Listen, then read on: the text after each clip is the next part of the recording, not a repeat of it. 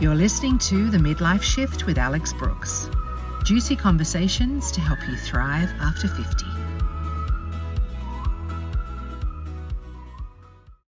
Welcome to Dr Natasha Cook, a dermatologist who knows a lot about the skin you're in. If you hang around the internet long enough, you're going to learn about longevity and the hallmarks of aging and reversing aging. So today we're going to use Natasha's very big brain to talk about those things. Well, thank you, Alex, for having me on this podcast. I'm really excited to talk about this because I'm inundated about all these questions, not just on my social media profile, but also being an active clinical dermatologist who has a subspecialty interest in science, longevity, living longer, looking better, feeling better, which I also term as increasing your skin span. So, Tash, if aging isn't a disease, do we need to spend money to live longer? Well, to a point, yes. But it's not just spending money, it's also our choices every day of how we live. We now know, since around about 2010, a phenomenon known as the power of the epigenome, that 80% of how we age is actually related to how we live, and only 20% is predeterminate by our inherited DNA. That's right. So we can't keep blaming mum and dad. But the epigenetics aren't just our mum and dad, right? It can be our grandparents, our great-grandparents. Yes, but it's more so epigenetics is a dynamic state of our lifestyle factors, everything from sleep, stress, what we eat, exercise, et cetera, and the power of this kind of dynamic state that surrounds our inherited DNA that can selectively turn bits of those DNA on or off, pretty much outside of the fact of whether you inherit brown or blue eyes. So when our parents are conceiving, what they're doing at that time can determine what gets turned on and off in the sperm and the egg. I hate to think about what my parents were doing. I know, but we can. But I think the nice take-home point is we have control that we can reverse a lot of the activity of what parts of our DNA get activated and what parts of our DNA no longer activated. So what parts of that spirally chain of fabulous genetic information actually gets exposed so it can be active within a cell versus it gets hidden so it becomes inactive in the cell. Okay, so without getting too sciencey, effectively you're saying 80% of the way we age is completely controllable. To a point, yes. Okay, that's Unless really we've got hardcore, highly inheritable disease risk, but even then we can moderate that by choices. Okay, but first, like the most obvious and visible sign of aging, right? It's my face melting towards my neck. You've got fabulous skin. No, my sag is a drag, Natasha. Why Yes. does this happen? Well, unfortunately, every single one of us on the planet, despite how much we invest in preventative treatments and skin rejuvenation, etc., ultimately, if they really want to fix the ultimate sag, it is fundamentally a surgical procedure. So there are a lot of non-surgical things we can do and lifestyle factors, and definitely having high functional, good quality skin, which is avoiding sun, et cetera, will set you up to have a stronger perception of looking younger and having a perception of youth. But sagging is extraordinarily hard to address otherwise outside of the good old nip and tuck. And I think generally now, even the whole filler fatigue thing, fillers can be helpful in certain areas, but they don't necessarily lift the skin nor stop the inevitable signs of sagging. And there's these two big camps of discussion in my area of practicing: the surgical people and the deep plane facelift versus the non-surgical and what can we achieve. And we're super, super sensible in a summary. It's good skin, it's how you live, it's staying out of the environment, it's protecting it, it's having a healthy diet, good sleep, great skincare, maybe a few early intervention laser treatments definitely help. Smidge of Botox if you're super orientated to not get wrinkles in your upper face. But after that, when the sagging hits in, it really is using surgical procedures to replace all those ligaments that have stretched over time from the power of gravity to put them back into place and bring back the jawline. Okay. And the neckline. Yeah, I've never that's really if we're had one of those. that's if you're motivated enough around that. A lot of these things that are skin tightening and energy-based devices, they really can only do so much. And certainly with my fantastic peers in the US, we're very progressive and some of the best deep plane surgical plastic surgeon facelift people in the world do, like having hung around them, that kind of is the solution. But keeping a stable weight, not trying to put on excess weight, right? Maintaining an active lifestyle, anti-inflammatory foods, eating really well. Yes, most of the answers are in food. Staying out of the sun, protecting your skin, a good skincare routine, plus or minus tweaky treatments with your lasers and your energy-based devices that can upregulate the elastin and collagen levels will set you up better with less sagging. Okay. Now, you've spoken to me before about your butt theory around aging. Yes. It's like a derriere diagnosis of how kind of saggy or what your biomarkers are really saying about how old you are.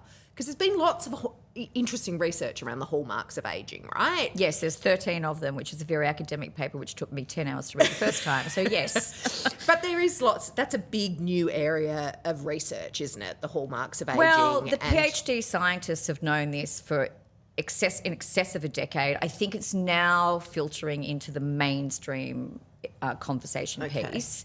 So it's not new, but it's collective data that's come around for the past 30 years of academic research in multiple PhD-driven labs that are all pointing to very similar things, that we have a group consensus on what these 13 hallmarks of cellular aging actually are. And then from understanding this, we can then adapt this to our lifestyles, whether it's food, sleep, exercise, treatments, etc., to moderate the hallmarks so the cell has a longer lifespan and also, more importantly, a longer health span. Okay. But let's go back to this cheeky approach you've got Cheeky, to the sussing butt, out your little yes. butt to really work out how old you are. Well, what will my rear reveal about well, I my guess years? that's if your butt doesn't see sun, unless you're a naked sunbaker. That could be a different kind of niche group. However, that in was general, what my parents were doing a long time ago. I do say to patients and whatever who sometimes just are absolutely astounded at the level of degradation, particularly in Australia, I call it the V T-shirt yes. mark, which I think we have the best V signs in the world. We are number one at pretty bad skin. We're champions, world champions, gold medals to us, just not in the swimming pool. That's also why, because we spend too much time in the swimming pool, let alone the beach, and we take it for granted. That if you look at the skin on your bottom, and obviously having done lots of skin cancer checks, etc., in my professional lifetime, you actually realise that intrinsic aging is not that bad. So the quality of that skin and the intrinsic, i.e. no external factors, no sun, no environment, the quality of that skin looks like it does belong to somebody in their 20s and 30s. And European scientists, and I have gone to seminars in Paris talking to these people, because I quite love those labby science people, because there's so much BS in the marketing world. It's really good to go and speak to people that actually work with the fibroblasts and the keratinocytes and look at collagen and elastin for a living. Intrinsic deterioration of elastin fibers and collagen, we all know that they're the things that make our skin tight and buoyant, is quite slow. And I think if you look at your butt skin, which basically traditionally does not really see any sun, you can see what that would be like if the rest of us didn't get so much environmental exposure. It is not that bad. So your butt cheek is the true sign of how old you are. To a point, yes. Skin age. But then that doesn't take in the fact that we get a thing called sarcopenia, which is basically we atrophy and lose our muscles, which is why doing weight training and risk-resistant training is super important, particularly starting at least in your 30s. And obviously you've also got a little bit of volume loss and fat loss as well in that area. So it's not about the sagging, it's about the skin quality, and that how the intrinsic aging of the skin is not that bad, and the majority of skin aging is how we live.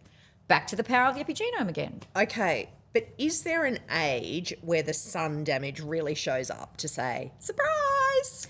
Yes. So what you do in your first 20 years of life will pretty much detect what happens in the next 60, unless you all of a sudden decide to be some sunbaker at 30 or 40, and then it'll probably show up when you're about 80. So there is a delayed onset of us seeing the deterioration signs of your UV exposure, generally from your misspent youth. And why do we do that in our youth? It is misspent. We are less educated. We think we're going to live and be like that forever. We don't value our bodies as much as we should.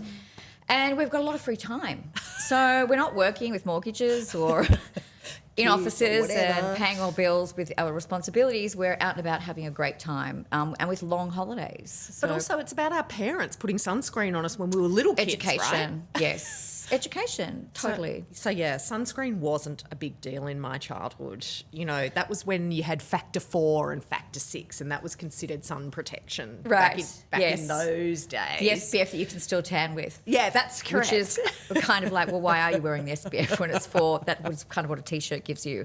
No, I totally agree, but there are trends again, and still the whole essence that you look better with a tan, I don't think has lifted. At least people seem to be more motivated by fake tans, because faking is better than baking. However, every time I'm sort of around that Bondi and beachy kind of areas, I don't see much change in human behaviour. Well, not all of those people are maybe listening to their mum telling them to put sunscreen on, right? Yes, or perhaps reading a book. Yes, correct. All right, now let's talk about this very big sort of scientific term, senescence. And, yes, you know, are my sleeping a cells... marketer's dream, senescence, and senolytics, like because lots of things are senolytics, including exercise and intermittent fasting. Did you know that? So senolytics is the opposite of senescence. Senolytic, lytic, or lysis, as to destroy, so things that get rid of the sleepy cells. So let's talk about what is cellular senescence. So first of all, cellular senescence is actually a natural defense mechanism of the body to stop a cell going into a cancer cell. So the body's immune system picks up this cell, might have some abnormal DNA, and the cell switches itself off, it becomes dormant, it doesn't mass produce cancer cells, and it goes sleepy. And then the immune system, which is part of what we call the autophagy, or the housekeeping, which cleans up all the junk in your cells in your body, gets rid of it. So to a certain degree, senescent cells are good and they're protective.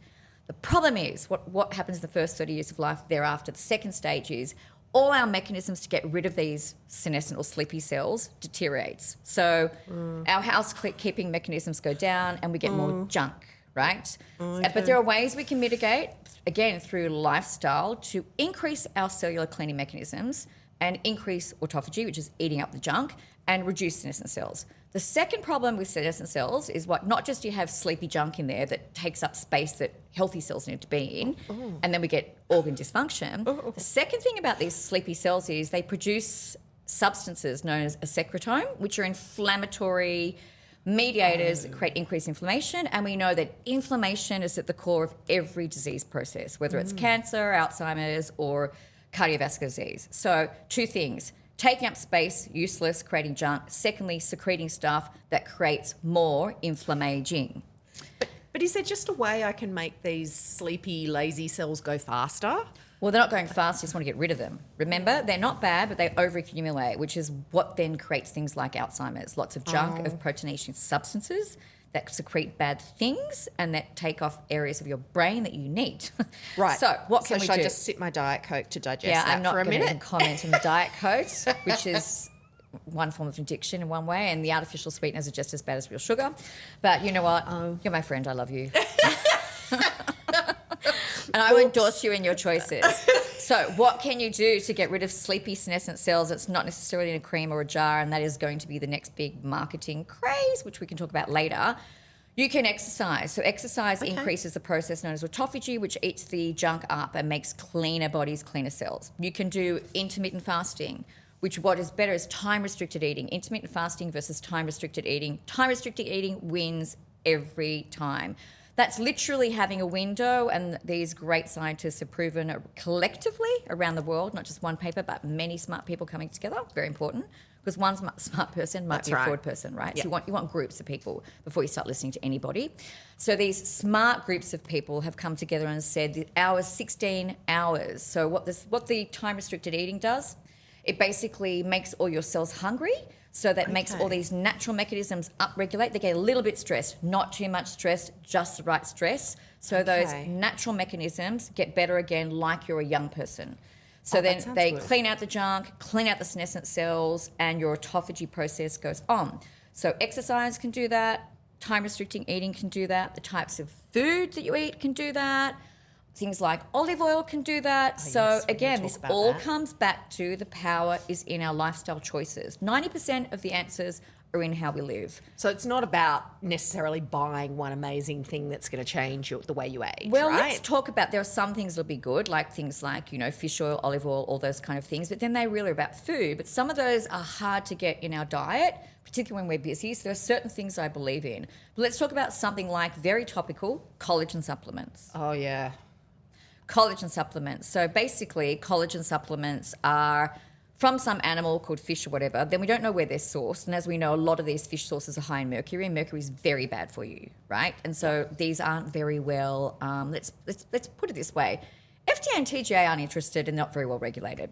So you're eating tons and tons and tons of something that may be a source that's toxic. Secondly, they just basically, all collagen is a big, long protein chain of amino acids, like eating a steak, like eating real fish. Is it like a protein powder that you put in a smoothie? Well, even then, like the answers are probably better in food, high quality food, right? So they're chopped up into amino acids. The collagen's not going in the stomach, and the collagen doesn't magically get out of the intestine into the bloodstream and implant into your skin. Oh, damn. I mean, unicorns might exist and donkeys may fly. They may, I don't know, in your dreams, but certainly not with that. And if we think about, and I think this is a really powerful metaphor, Captain Cook, right? On the boat, what happened? That disease starts with S, 2 syllables. Scurvy. Scurvy. So what was scurvy from? Lack of vitamin C. Yes.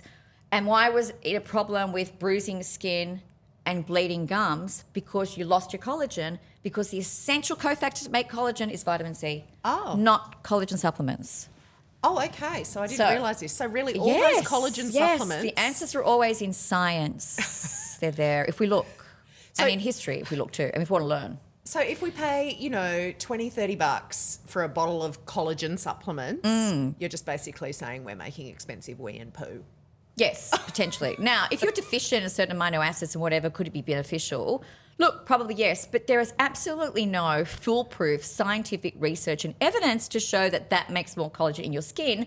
But the marketing and the perception and understanding of the knowledge of the general public, they're making an assumption. Okay. Never make an assumption. Okay. Making assumptions leads us down bad choices, bad pathways. And that's just really about engaging your brain to think through a few things. Yeah, but the art of critical thinking is probably not something that we're encouraging in our society nowadays, with 6 seconds needing to give people all the answers of life. Yeah, and the brain and brain health is a big worry when you get over 50. A lot of us might be looking after older parents. I dispute that. I just think it's part of disuse atrophy. I also think it's about like fitness and getting thin, just don't get fat, right? I think and obviously there are some metabolic individuals where despite doing everything, they do have issues with weight gain. But I think and this is where traditional medicine has failed really badly. We are reactive and treat disease rather than be proactive and preventative and not getting it in the first place. And this is where I see the future. Okay. So, but back to brain health, are you saying that as our brains age, we don't have to inevitably get poor brain health? No. Okay. And I want to reframe aging as time on the planet, because we now know that, and we can measure this, there is a difference between chronological, i.e., how old I am in birthday years, versus biological, what my functional age is. So there are many people on this planet that would be, and I've had some of these measured on myself, because I've sort of been really interested when I met a nutritionist back in about 2010 and thought about supplements and nutrition, all this way before it was trendy, via my horse actually, who's stable at Centennial Park. And anyway, Rocky was a great introducer of many people. Genius horse. Genius horse, the unicorn, white Arabian. Anyway, and having spent some time with her and some simple messaging around the answers lie in increasing nutritional support, reducing inflammation. Think about fast forward now, 14 years plus later? That's where we're going. So I believe that we really should be focusing on prevention, aging, prevention disease, and preventative medicine, rather than, oh my God, now you've got cancer, what are we going to do? Okay. So how do we live every day? And so the same with the brain. I have a 93-year-old patient who is as sharp as a 40-year-old. And so I can't look at her and say she's got a 90-year-old brain. Okay. But then I've got some 55, 65-year-old patients who literally are not as sharp as my 93-year-old. Is that because they drink Diet Coke? I don't know what it is. I think it's multifactorial. I think it's far more complex, and there's lots of cohort or surrounding factors.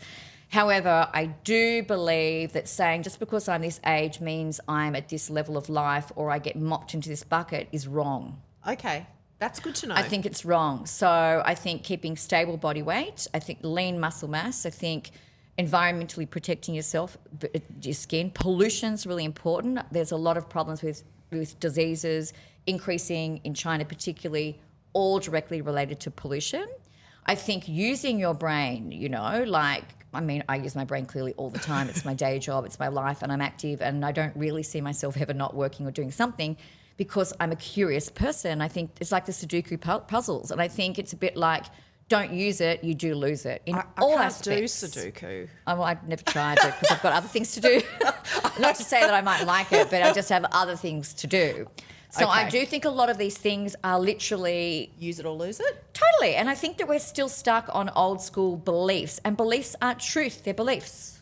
That's right. So Right? They're not truths, they're just beliefs. So what I'm hearing you say, though, is age is not about the date you were born or the year you were born. 100%. It's about how well you live. And Yes. you got to use it or lose it, right? From 100%. our protein, our muscle mass, our brains. How you eat, what you eat, when you eat, sleep, exercise, stress management, and intellectual stimulation and community. Okay, and so let's just go back to that time-restricted eating. Yes. What are some of the best eating windows that we can... The magic number, doesn't matter when you do it or what time of the day, but there are some debates about that, is 16 hours, right? So that's literally either finishing early, Okay. and having breakfast and whatever, or starting later. So I sort of try, so what do? I mean, and also I don't believe in rules like I don't believe in diets. I believe in general lifestyle choices, right? And I think it's an 80-20 rule. I think there's 20% you might just, eat things that may not be perfect for you, but you enjoy them anyway. Because if we do an 80-20 way of living, we're more likely to stick to the 80 and then embrace in the 20. Yeah, and so we get this thing called balance, because I think that's really important. Okay. Balance. So, as you know, I love French champagne. I'm not going to give it up, but I eat really well. Yeah. Okay. Yes. So it's 16 hours. So some people will still have breakfast, but then they might finish at 3 p.m. or 4 p.m., whereas other people start around 11 and finish by 7. Okay. So, and then that gives the body time to digest, but then also it starts telling our cells, well, we're in a bit of scarcity, right, which is how we used to live, because we now live in too much abundance. We were never designed to live with 3 meals a day and anything at our fingertips.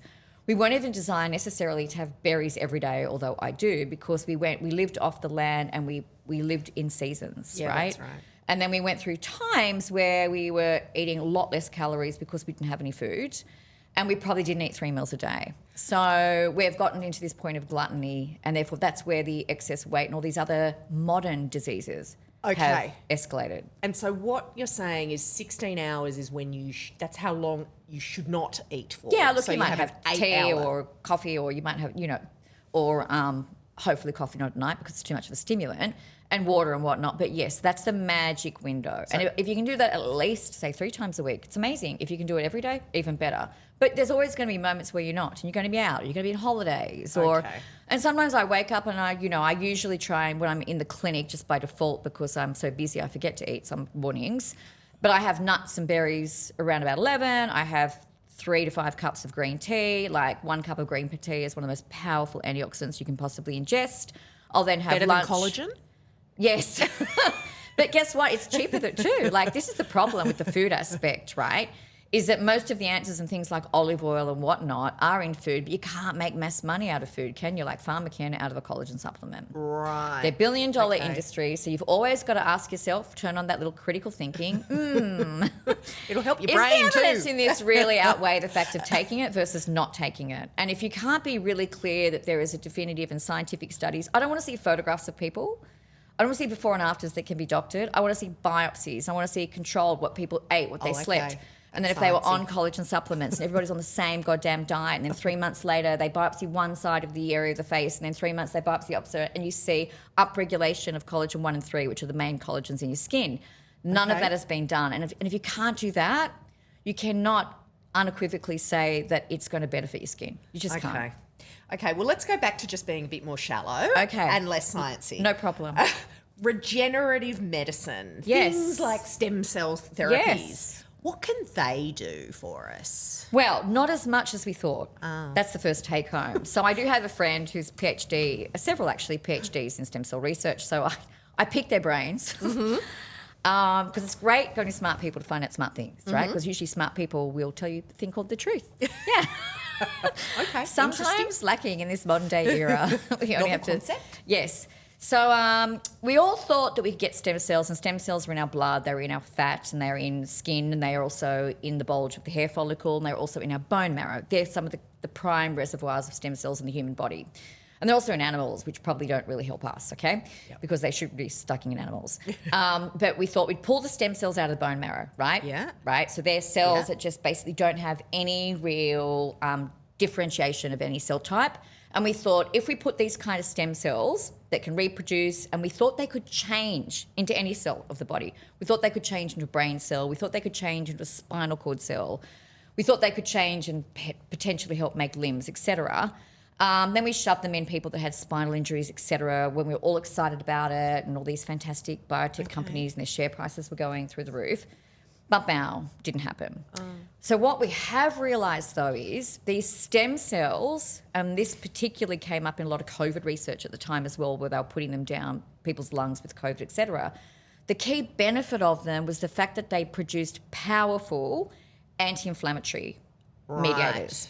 So they were great for chronic lung diseases. They may be really helpful down the track for things like MS and those kind of things. So they wake up your sleepy cells, or is that the wrong way to think about it? Well, they reduce inflammation, and they work on all different other complex cellular pathways. So they're not necessarily going to regenerate things. Now, bioregenerative medicine, so that's stem cells, right? Yep. And so where we're going, which is probably more accessible to, say, the general public and research around this, it's not going to be in a jar, it's not in a cream. I mean, honestly, we work with stem cells and growth factors in a form of PRP, platelet-rich plasma, collecting it with a very, very, very sophisticated technology made by a group called MSite, one of the best in the world. They've done a lot, and they've got millions of cases and database in science in regenerative stuff for joints, right? Musculoskeletal. Because like my knees, they can help. They pop like a bucket of popcorn. Yes, now they've that got I'm tremendous data, right?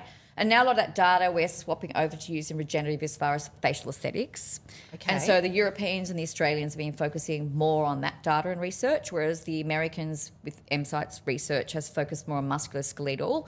But now what's sort of trending in the aesthetic market is bioregenerative medicine and how much we can use of our own growth factors. Okay. Not exosomes that come from something else or whatever. If you can get 12 billion plus growth factors out of 60 mils of blood that you spin around, collect the platelet-rich plasma, infuse into your scalp for hair growth, infuse into your fat pads to sustain volumization and maybe get less sag if you start early enough, which is where we're starting to do research.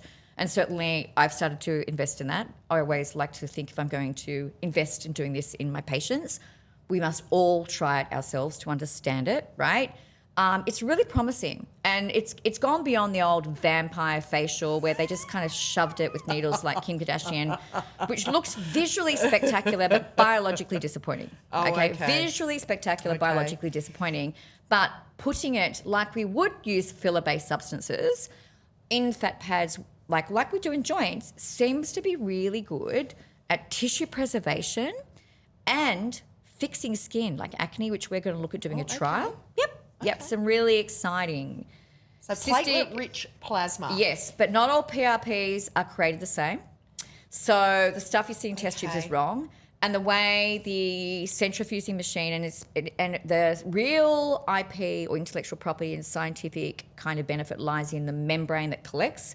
And certain technologies or brands have more efficient and effective collective membranes, which is where the IP is than others. Right. And so the one that I really love, and then we did all the research and is quite outstanding in that, is the MSite technology. So we've started introducing it to the clinic, and I'm quite excited that this will be something that, so people don't get so codependent on fillers. And we know there are things like filler fatigue, and then which starts making distortion, and people's perceptions of how they did look and should look start getting a little bit cuckoo. We're all susceptible to it. It's true. And maybe fillers can't do everything we thought they did, and I don't think they can.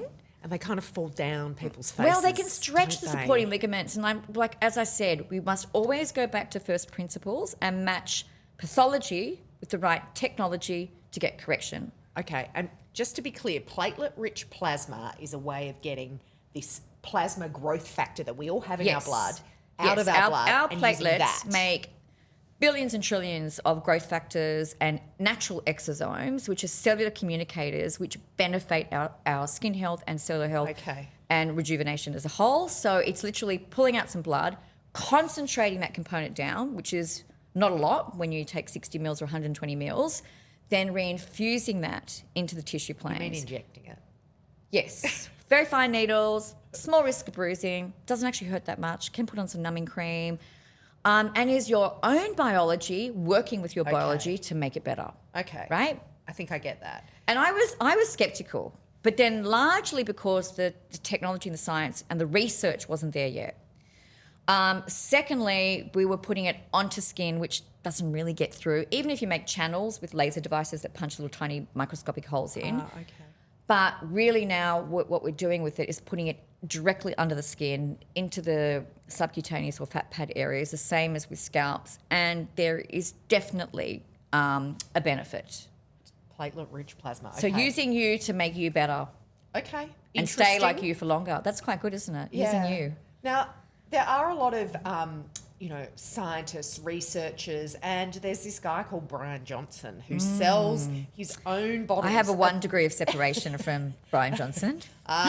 Interesting. Yes. But he sells his extra virgin olive oil for like US $37 a bottle. And I can get it at Aldi for like, I don't know, $8, Well, $9. did you know some of the best extra virgin olive oil is manufactured in Australia? Oh, no, I did not It know is, this. yes. But I do like Cobram Estate extra virgin olive oil. Excellent. I think Good that- choice, Alex. It's available at Aldi. And Yes, I always we buy love it. Aldi. Yes. Yes. But why extra virgin olive oil and not just regular old olive oil? What's the difference? It's got to do with right? the cold press and the manufacturing mechanism, okay? So that So it's... again, the extraction process. Exactly. So you've got very low inflammatory olive oil. The active Okay. ingredient in olive oil is a polyphenol known as oleic acid. Yes. Oleic acid has multiple anti-inflammatory, antioxidant potential and also directly works on the 3 key enzymic regulators for cellular aging and longevity, which is known as the sirtuin gene pathway, the AMP kinase pathway, and the mTOR pathway. Okay, So basically all you need yep. to know about that is it helps with cleaning up your cells, reducing inflammation, and Okay. increasing Healthspan. Okay. Yes. I get that. And I probably think I makes your get hair that. grow as well, right? So, and it's an antioxidant as well. So yes, olive oil's great. Brian Johnson's probably isn't necessary. Brian Johnson apparently, having met a biotech researcher for a hedge fund in LA recently, who is a fabulous MIT graduate plus Wharton Healthcare MBA graduate. So she's kind of clever Yeah. and kind of pretty good at critical thinking. And she had the pleasure of literally going to Brian's place, Okay. where they all walked in with a group of Asian investors, I think. They all walked in and took a scull of olive oil, and they had a vegan-based thing, and it was pretty much, in her words, she said, he looks 47. Oh, okay. Just a very thin one. She said so. And I tend to agree with that. And sometimes these people, and I know when you're a very finely built person, getting too thin is not good for you.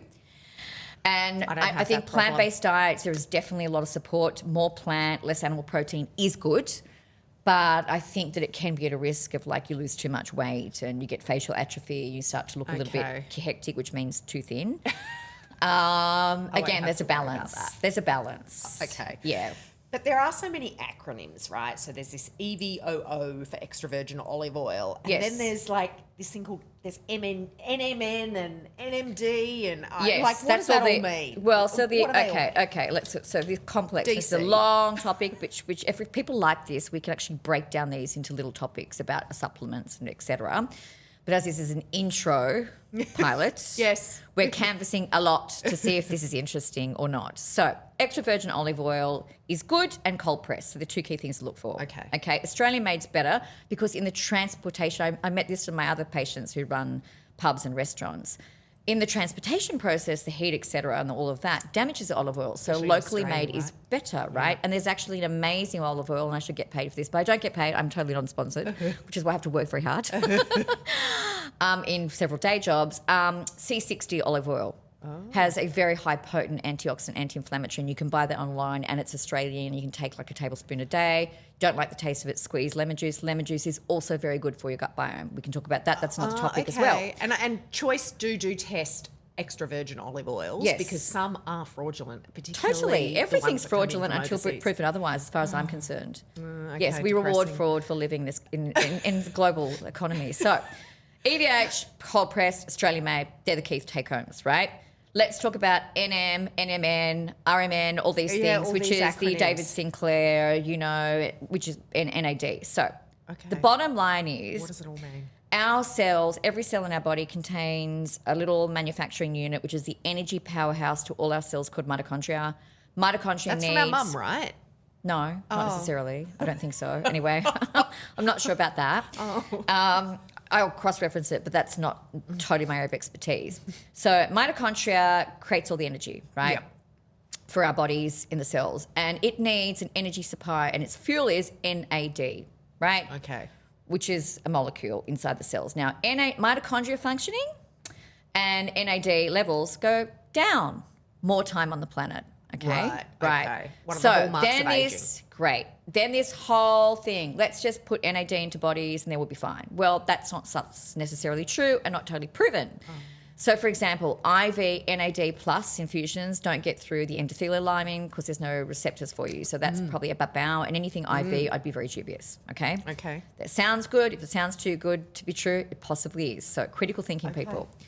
NMN, which I have researched all of this, and I did take NMN supplements, and there was an argument between the riboside versus the mononucleus version of niacinamide. Well, they're just different formats. They're all B3, and B3 is niacinamide. Okay. What we now know is NMN and the ribocidal version, whatever it is, may not work at all. Oh. Because the person behind the pioneering research has just been forced to step down from the Harvard Institute of Cellular Aging. And a lot of these publications may be pulled and discredited. So, but what we do know is niacinamide, which is B3, a vitamin, and That's in our Wheat Bix too, right? well, I'm not sure I'd advocate Wheat Bix, but thank you. Nothing bad against Wheat Bix, but it's also in mushrooms, in chicken, in certain vegetable types, in fish, and in good multi-B vitamin supplements, right? Okay. So niacinamide will make your NAD as well as tryptophan. So do we really need these other things which may not actually get converted to NAD? And they say 2 molecules of NMN apparently make 1 of NAD, but we still don't know in humans how biological benefit that actually is, whether it actually gets converted to NAD. We don't know. Okay, there's so much we don't know. There's so much we don't know. So it's extrapolated data from mouse studies and other things. So it's now a little bit of like, but what we do know is niacinamide is very, very good for us, and it's in lots of food groups, and it's in very, very good multi-B supplements, and different multi-Bs will have different concentrations. Okay. So try and get something that's got around about 100 milligrams of niacinamide B3 in it. It's also extremely good topical, which is why I super invested in all my skincare products, and I was the first and only company in the world to do that. And tryptophan, which is found also in things like warm milk makes tryptophan, makes you sleepy, chicken breast, other food groups. Those things can help elevate our natural NAD levels. Okay, and is this the reason why, like, the Mediterranean diet is, you know, all hail be for sort of eating well? Because the more variety of things you eat... Colours. So I can break that down. So the Mediterranean diet meets the Okinawa women diet was the easy way just to get people to understand what they should eat, right? Yep. Neither or is fabulous alone, but in a super summary, bright, colourful things are very good for you because like they are red capsicum, green broccoli, yes, and I'll tell you orange why, carrots, which is why right? food sources, fruit and veg have all antioxidants. Animals don't. That's why. Fruit with its skin is exposed to the elements, so they must upregulate all of these natural survival mechanisms to survive that if we ingest are really good for us. Okay. And all those colours in the skin are a reflection of the load of antioxidants and polyphenols, which is an antioxidant, right? And they're like... So those... They're things that help our cells They're clean out. antioxidants and anti-inflammatories. So if we are dying because of oxidative damage, because believe it or not, breathing in oxygen actually destroys us, which is hyperbaric oxygen is debatable. Oh, now you're limited. spinning my mind. Yes, we are constantly oxidizing. So living better is all about increasing nutritional support, reducing inflammation, reducing oxidative damage. So if we eat more things that are more anti-inflammatory and they're more antioxidant, and then we up our levels of things in high nutritional support, we are going to live better and look better. And feel better? Yes. Okay, that's the idea. Yeah, so if you think about it, all these plants in their skin, they make natural sunscreens to survive in 40 degrees, 45. And then if you think of like grapes, for example, so you know the whole thing about red wine. And resveratrol, right? Yes, so I'm going to extend on that because resveratrol is a polyphenol, so we're talking about the same thing. So grapes that look really crap, So the food that looks worse is actually better for you in a way. So perfect looking food. So brighter and rich colours. So always go for the most green broccoli or the most purpley berries, right? Yeah. Not the ones that look a bit pale red like the berries, the raspberries that my team bought me the other day. I'm like, oh man, these look like they've been nuked by something or they've grown up in some, incubator gone wrong.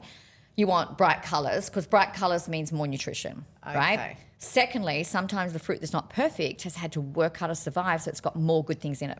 Oh, yeah. Thirdly, when we think about grapes, why is Pinot Noir grapes have higher resveratrol than, say, Cabernet? Because they grow in very cold, low oxygenated, high altitude. So they've got to work harder. So inside of them are more nutrient survival mechanisms that we eat. Okay. Which then help our cells survive. So they will have higher resveratrol. So drink Pinot Noir, not Shiraz? The problem is, though, and I learnt this from Professor Zoe Drielos, who's America's leading dermatologist in nutraceuticals and cosmeceuticals. Okay. She's a legend. And I remember being at the World Congress in Korea of Dermatology in 2011, and she talked about the problem is, so the sources for resveratrol that are high, lots of foods, but particularly red grapes and also Japanese knotweed or something, I think. Oh, okay. Yeah, they're the two key big sources of it. But she said for us to get enough of that by drinking red wine alone, we would have to be comatose in an alcoholic stupor. And topical resveratrol does not absorb in the skin, so I know it's really trendy, and this is the problem. We get one trendy thing and a marketer comes along, goes, put in a cream, we'll sell it, make money. Yeah, correct. There is no sustainable science to show that it's bioavailable or works. And another really cool thing, why are red grapes red? Because resveratrol's pink.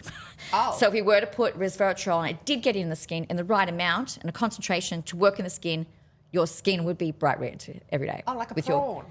Well, maybe like a peach or a plum. So all of these things, when you're a science-based person, you start to look at things and just go, that can't be feasibly possible. So we are working in a world of smoke and mirrors where this is everybody wants to live better, wants to look better, wants to stay younger and doesn't want to age. And it is $1 billion industry. So it's really hard to navigate. But the answers are actually simple. Okay, that's good to know. Now, did you bring your buttons with me today? Oh my God, I forgot the buttons. Them. Next How's episode. your brain aging? It's fine. No, it's aging fine. It's just that I had to get the dog sorted and then feed them and then do 25,000 other things and finished a handful of emails. And I just the buttons wasn't on the short list. Oh, it's okay. It's totally okay. So we're going to go ba-bow Ba-bow. or yes. Bing. When I'm Ting, ting. asking you a couple of questions, It's ba-bow right? or ting-ting. Okay, ba-bow Or and ting-ting. ching if it's a cash cow. All right. Should I take collagen for better hair and skin? Ba-bow. Could I tell you what the definitive answer would be? Eat seriously well. Okay. High antioxidant, anti-inflammatory foods and really good protein sources. Okay. What about skin whitening treatments? As we get older, we get these little There's pigments no and such stuff. thing as overt skin whitening. However, we can fade skin. It's prescription medicine is usually required. And some actives in skincare, such as niacinamide, is a good over-the-counter ingredient to use for it. A prescriptive vitamin A and usually a compounded prescription of hydroquinone because over-the-counter doesn't work. You've lost me. Okay. And guess what's the best? Not getting brown spots in the first place, which means SPF 50 and above every day, sun protection and protecting your skin. So not getting the problem in the first place is the answer. That's pretty And much then the answer lasers. for Lasers everything. are very helpful as well. But there's no ultimate skin whitening product on the market. Skin fading, yes, Okay. but complex. So let's talk about lasers. Can lasers help us look better from a skin perspective? 100%, but it depends what laser. So these things, again, not it's a simple. $1 billion industry that's not very regulated. That the only regulation, actually, I'm going to Parliament to talk about this, the Shadow Minister this week. Yes, I'm a bit popular this week. The only barrier to entry to buy an energy-based device in the state of New South Wales is, drum roll, a PowerPoint. So there's no regulation for lasers. Very little. And now, So you've got to be careful what your technology is because, again, it's a $1 billion industry. Marketing is powerful. The fear of aging is predominant. So certain technologies are amazing, but certain technologies will only do one thing and not all technologies treat every pathology, which means why we have 15 different devices in our clinic. right. So I had my eyes lasered, right? Because I kept Different losing my laser. glasses. Different laser. Ophthalmology and the lasers they use is different to what we use on skin, and that's very predictable if you're the right candidate and works extremely well. Okay. So you had a refractive error that was corrected by the laser on your cornea. Maybe, yeah. I say don't yes. really know, yes. Yes, yes. The doctor did that for Not me. everyone's a candidate, so you must go to a great ophthalmologist. Yes, correct. Australia has excellent ophthalmologists. The training's some of the best in the world. Okay. That's good to know. And yes, but you've got to be the right candidate. It doesn't fix everybody. Okay. But lasers and skin Okay. are a yes. Right technology, good operators. Do your research. Okay, so I can't just go down to my local skin clinic and ask them for a laser. You could, but whether it's going to meet your expectations or not is another thing. Okay, I get that. All right, now let's talk about something my niece is very obsessed with, which Great. is snail mucus. Oh my God. Okay. I love this. This is hysterical. This is She about buys all the Korean products. Well, Korean beauty is overestimated because Koreans don't age because they don't go outside. And whenever I go to a conference with Korean lasers and my beautiful Korean colleagues, they're gorgeous. They got nothing to treat, and they're showing before and afters that people look no different. And then you They work come so to hard, Australia, right? they would fail. They would fail here. They would fail in any other country in the world because they just sit there they don't go outside. They have these elaborate routines, and when you break down the ingredients profile that's celebrated in dermatology literature, there's nothing in there that's that special. Oh, really? Nothing. But like I think they're very innovative in the quality of their formulations, right? Yeah. And their feel They are and all that, innovative. like the Shiseidas and whatever. But I wouldn't rate their SPF say over standards of something that's tested and made in Australia. Okay. Very different kind of ballpark there. And like I was watching this skin tightening laser, and I'm looking at the before and afters. And I'm like, nothing's happened, and there was nothing to treat in the first place. And there's unfortunately, it's like it's a bit of a cult. Like K-pop all of a sudden has made totally. K-beauty, which has now made Korean technologies. And I'm like, I'm not saying some of their laser technology is good, but they have a lot less heavy lifting to do than what we have to do in Australia. Because of our sun. So you can't really compare. And lifestyle. So I think there is a lot of sort of, what do you call it? It's a bit culty. Okay. Not saying it's bad. So I don't want to sit here and tell No. that it's bad, but I don't think it's necessarily, it's a little bit hope in the jar. Okay. So probably make really nice formulations of moisturizers and things that feel good. And let's talk about snail mucus. Yeah, I'm when I obsessed. spoke to all of my PhD scientists, people don't get paid much for being really smart, okay? Yeah, that's true. Because they're truth seekers and they're not out for the money. They're out for actually to be really legitimate scientists. And their publications get pulled if they lied. Not like you can win elections by lying. Yeah. Anyway, so True. we'll just save that, right? So they have told me there are no snail farms anywhere in the world. And you know what snail mucus actually is? What is it? It's hyaluronic acid. So This is made synthetically, not from little snails being so it's slugged not away real. like cruelty. Yeah, making their mucus to put in a jar. No, it's hyaluronic acid. Hyaluronic acid is in creatures, it's a lubrication. It's in our joints. It's in our skin. It lasts in our skin less than 24 hours. Hyaluronic acid is actually a very bad moisturizer. So if Glycerin is better. But in combination and moisturizing complex, it's great. But by itself, it's nothing outstanding. It just got extrapolated off fillers. And everybody thought, well, if it's in fillers, it must be amazing. So wait a minute. So But glycerin's not sexy enough. People sell snail mucus as like an ingredient, but you're saying It's it's not. not from snails. It's not. It's like another one of our fabulous beauty dermatologists, not a dermatologist, people selling their skincare brand for $400 million recently to private equity, talks about an ingredient called purslane, P-U-R-S-A-L, Yes, I've heard of that. purslane. Purslane's a plant, not Yeah, an that's what I was ingredient. gonna say. Purslane is 97% water with a bit of free fatty acids and vitamin C. But they don't label free fatty acids, water, and vitamin C. They put purslane, which is actually misleading and deceptive conduct and a breach of TGA and FDA labeling regulations. But why is it sold all around the world? Why? Thank you. It's called fraud. Yes, I think you're right. Okay, there's this new thing I've read about called spermidine. Oh, yes. So spermidine What is an even is ingredient that? that is biologically natural around sperm to preserve sperm. Right. Now, do you also know what preserves sperm? What? In the old days when IVF was first coming around in sperm donation, green tea. Oh. Green tea is a powerful antioxidant they used to put in with the ejaculate. Oh, this is disgusting. Well, it's true. I know, I don't So, know that. and now all of a sudden, off spermidine, and spermidine actually does exist in certain foods, so you can eat it. So now all of a sudden, there's Like what? What foods have spermidine in Look, them? I'm pretty I'll have to go back to it. I know Oh. ficetins in strawberries, and when I did this talk, and it's been a little while, but I will follow up on this. There are some natural food supplies of spermidine, and wheat germ. Oh, okay. Yeah, is one of them. And then now all this extrapolated data, because that's surrounds sperm, can it be put in a face cream? There's no studies. But there is a new skincare range all about spermidine. I'm like, there's Yeah. no studies on and is this any better than vitamin A? Is this, which we have decades of biopsy-proven studies. Is this any better than alpha and beta hydroxy acids? It's like a blueberry is always a blueberry. It's always good as it. The spermidine ain't going to replace a blueberry. So, but it's trendy, and again, it's an assumption because it makes our sperm preserve temporarily, but so does green tea. Well, is this therefore now the panacea of a longevity that should be in a skincare cream?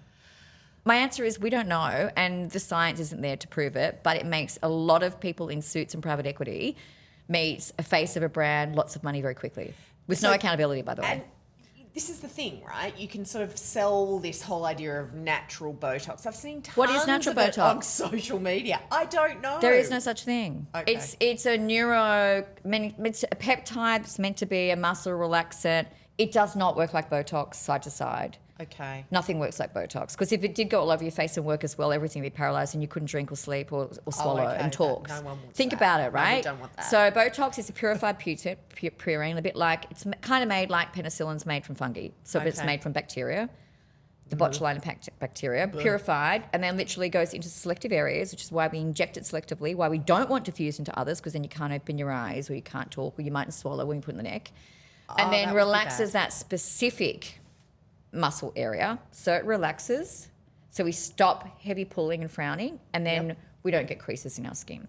So if a cream works like that and you put it everywhere, how can that really be sold over the counter Okay. if it works exactly like Botox? And Botox is used for other things, not just facial beauty, right? Like Botox fixes so many medical problems, like bladder dysfunction, like cerebral palsy, muscle spasm, sweating, grinding, teeth grinding. Migraines. It is like when I used to work with the medical aesthetic group at Allergan, who are the pioneering discoverers of botulinum toxin way back in the 80s, with Professor Jean Crothers and her beautiful dermatologist husband who recently died of Parkinson's, which is very sad. Way back then, and working with those guys, like the amount of things I found out, they used to have this kind of inner above board joke like, well, if you've got a problem, stick Botox in it, see what happens. Because there have been so many things in the medical arena, like with diseases and problems, helping people by using Botox. So it's beyond aesthetic. The aesthetic role was secondary to it primary being a medical treatment. So the aesthetic discovery was a result because Jean Carruthers, Canadian oculoplastic surgeon, ophthalmologist, was using it for blepharospasm. So people have got non-voluntary twitchy eyes, right? Very debilitating. Like when you get tired, your eye. Yeah, and some people just have that all the time. You can imagine how distressing, how the stigmata socially, all of those kind of things. Annoying too. So they were just treating, obviously, the problematic eye. And then part of the study was obviously before and after images, et cetera, other things they measured. And Alistair Carruthers, her husband, who's a dermatologist, was looking at her results on the photos, and she goes, why is the side that you've treated for blepharospasm, Dr. Jean, smoother and looks younger than the non-treated side? And that's the story. So medical uses of Botox actually is how Botox was discovered for aesthetic purposes. Okay, so is it too late to have Botox after 50 for aesthetic Never. purposes? My oldest patients who I treated who had big 11s or central frown lines came relentlessly every 3 months for a year, and over time of not using those strong, because it is abnormality. Excess frowning is an abnormal response. Not in my life. I frown a lot. Yeah, Natasha. but it's learnt, babe. I know. I know. It's like grinding. So I always say people either, because I treat a lot of grinding and a lot of frowns, right? And grinding mainly because grinding will stop you needing dental work. Tends to work better than the plates, which often create people grinding more than they were anyway. And also they don't use them because compliance is hard. Because they're pretty ugly. And also they're uncomfortable. So whereas softening the masseters works amazingly. I've been doing it for 15 years. It's incredible. And it also then stops the headaches. It preserves the teeth. It's got so many benefits. Anyway. Because teeth are pretty important to age well, right? Oh, my God, yes. And gum health. And we were taught to overclean our teeth in the wrong way, which gives us early gum degeneration, which exposes roots, which then needs root canals, then needs caps. You name it. You know, there's $100,000 of dental work over the next 20 years, right? And a healthy mouth, we know, is connected to healthy gut and healthy organ systems as well. That's right. And the gut microbiome, right? Which is another topic. Whole new topic. Yes, dysbiosis happens, which means bad bacteria goes up, good goes down as a result of metabolic aging. But we can also biohack that by how we eat, what we eat, and food groups. Is that just having more yogurt? Well, yeah, and things like vinegar and balsamic vinegar and olive oil and lemon juice and fermentable plant-based foods, which is legumes. Best friends. Yep. Yeah, like... Yep. And metformin, which is another topic, but metformin reprograms your gut dysbiosis. Okay. Yes. But back to teeth grinding, frowning. Teeth grinding. So people subconsciously take out elements of stress, and as they say, that the body holds score, right? Often via frowning, grinding, or both, and then they start doing it in their sleep. Oh, yeah, that's me. And I can pick when people are going through stress at work, relationships, and I feel their masseters and they're like big kind of golf balls coming out. Masseters, you just mean jaw, right? Thank you. That's right. Thank you for bringing me back to being understandable by the majority of the population. Yes, your muscles that make your mouth open and close and chew. And so usually I can tell exactly what's going on in their greater life. As I say, behind every skin or a grinder, there is a story. Okay. So, and they usually do it subconsciously in sleep as well. And they usually subconsciously frown. So using medical-based treatments like botulinum toxin can be super helpful and change people's lives beyond the aesthetics. Okay, that's really interesting. Yes, so, and most importantly, preserving your teeth. Yeah, but someone told me that like toothpaste doesn't actually help your gums or your teeth. No, it does. That's ridiculous. Okay. So flossing is super important because even if we use electric toothbrushes and whatever, the accumulation of the food promotes bad bacteria, leads to plaque, and that leads to a plethora of problems. Okay. So flossing twice a day ideally is really important. Okay. Probably potentially more so than cleaning, but I mean really both of what you need to do. You don't want to use too many mouthwashes because then you're going to kill your good oral microbiome. The biome, yeah. So you want to floss, right? I put floss in because I've had bad dental work from stuff they did to us in experimental decades when you're a teenager that I'm still fixing. Thank you, dental fraternity. Oh, was that your braces when you were a teenager? Yeah, that was pretty bad, but I won't go into that. But, and failed root canals and people who told me they'd fixed the canal, but they hadn't, they never got in. Oh. Yes, I know, a bit negligent, but anyway, we just move on. Oh. But flossing's super important for gum health. Because that's like the berries growing in a cold climate, right? You're doing a little bit of trauma to keep things... Well, and you don't want too much trauma because then trauma is gum recession. You just basically want to get anything that's hanging around there that your toothbrush can't get to so you don't accumulate and give your bad bacteria food. That's it. And then that creates inflammation, and inflammation creates gum recession. And as we age, there's two very big conditions that affect pretty much everybody. Eyes and dental work, right? Yes, but you can prevent eye aging with what you eat as well. Oh, how? Things like fish oil, cod liver oil, olive oil, and antioxidants do improve and slow down aging of your eyes. Okay, that's interesting. Big time. That's interesting. And a lot of ophthalmologists now are looking at supplements as well that they think can help with macular degeneration prevention. Okay. Yes. This is interesting. So lifestyle is powerful. Okay. Epigenome. My mum and dad. No, that's inherited to a point, but we can biohack by lifestyle. Okay. Not by getting blood from your child. Thank you, Mr. Johnson. Doesn't work. No. I would never do that to my children. I've done enough to ruin their lives. No. I don't need to do more. So there you have it. Brutal truths about longevity and the hallmarks of aging as explained by Dr. Natasha Cook. Thanks for sharing that very big brain packed into that very tiny body with us today. I really appreciate it. Thank you, Alex. It's been a pleasure. Lots of fun. Thank you. The Midlife Shift is hosted by Alex Brooks and produced by Bron Mandiel. Music by Shinto, production by Wisecast Studios, published by Citro in Sydney, Australia.